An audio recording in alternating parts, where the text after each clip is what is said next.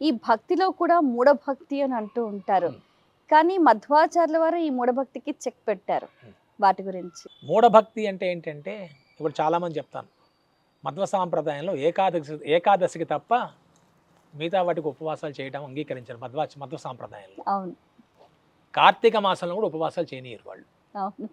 చాలామంది ఏం చేస్తారంటే, ఉపవాసం ఉంటాను మొక్కుకుంటారు. శనివారం ఉపవాసం ఉంటాను, గురువారం ఉపవాసం ఉంటాను, సోమవారం ఉపవాసం ఉంటాను, మంగళవారం వారం రోజులు ఎవరికి కన్వీనియంట్‌గా వాళ్ళు. అంటే భగవంతుడిని ఒక రకంగా నేనేమంటా అంటే బెదిరింపులాగా. నాకు నువ్వు పని చేసి పెడతావా? నేను నీకు ఉపవాసం ఉంటాను. నీకు ఇది నైవేద్యం పెడతాను. మధ్వాచార్యుల వారు ఏదైనా శాస్త్రీయంగా సహజంగా ఏకాదశి ఉపవాసం ఒక్కటే అది ఆరోగ్యరీత్యా కూడా మంచిది. మిగతాది అక్కర్లా. భగవంతుడికి నిత్యం నైవేద్యం పెట్టాలి. కాబట్టి మూఢనమ్మకం అంటే ఏంటంటే, నేను ఇది ఏదో పూజ చేస్తే నాకు ఇది జరుగుతుంది, లేకపోతే ఇది జరగకపోతే భగవంతుడు నాకు అన్యాయం చేస్తాడు అన్న ఆలోచనలు ఏవైతే ఉన్నాయో అవి మన మూఢనమ్మకానికి. అంటే ఇది నేను తప్పకుండా చెయ్యాలి.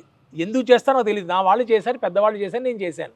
అది కాదు. దానికి రీజనింగ్ ఏంటంటే, నేను భగవంతుడిని ప్రీత్యర్థం నాకు ఇష్టంగా, నేను సంతోషంగా తండ్రి నా దగ్గర ఉన్నాడు, నా హృదయంలో ఉన్నాడు, నా ముందు ఉన్నాడన్న భావనతో చేసుకొని ఏది ప్రతిఫలం ఆశించకుండా చేసేటువంటి పూజ నిజమైనది. అలా కాకుండా స్వార్థపూరితంగా లేకపోతే నీకు ఒక నవగ్రహ దోషాలు ఉన్నాయి, ఇది దానం చేసే, లేకపోతే ఇంటి ముందు నిమ్మకాయలు తీసేసి, నేను అదే చెప్తాను, ఆ బయట పడే అమావాస్య రోజు అంటే నువ్వు బాగుండాలి కదా తప్ప ఇది నీ యొక్క చెడు వేరే వాళ్ళకి అంటుకోవాలి అన్నది కూడా ఎప్పుడు కూడా మన రాఘవేంద్ర స్వామి వారు కానీ గురువు గారు కూడా హర్షించారు.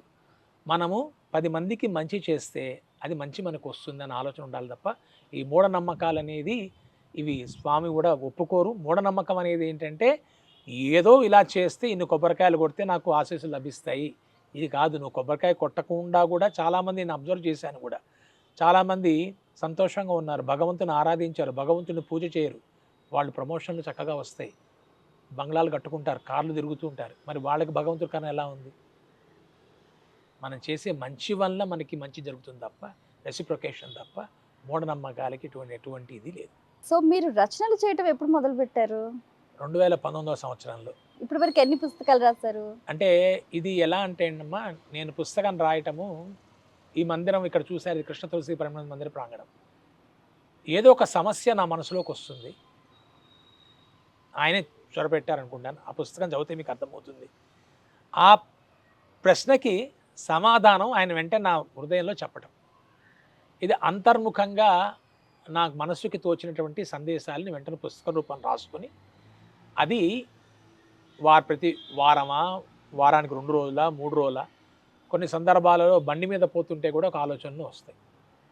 ఆలోచనలన్నింటినీ కూడా నేను ఒక పుస్తక రూపంలో రాసి, నా భక్తులు ఎవరైతే ఉన్నారో ఇక్కడ స్వామివారి దగ్గరికి వచ్చే వాళ్ళందరూ కూడా ఈ చెప్పిన విషయాలన్నింటినీ కూడా వీళ్ళే టైప్ చేసి, ఈ పుస్తకం ఎక్కడ బయట ఇవ్వలేదు, మా వాళ్ళే టైప్ చేసి ఆ పుస్తకం తీసుకురావడం 2019 నుంచి స్టార్ట్ చేశామమ్మ.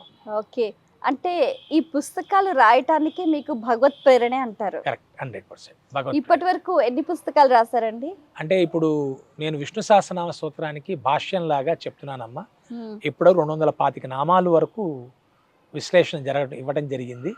దీంతో పాటు భగవద్గీత, తర్వాత ఉపనిషత్తులు యొక్క సారం కూడా క్లుప్తంగా దానికి తగ్గట్టుగా ఆ గురువుల యొక్క అనుగ్రహంతో నేను చేయగలుగుతున్నానమ్మా. బాగుంది.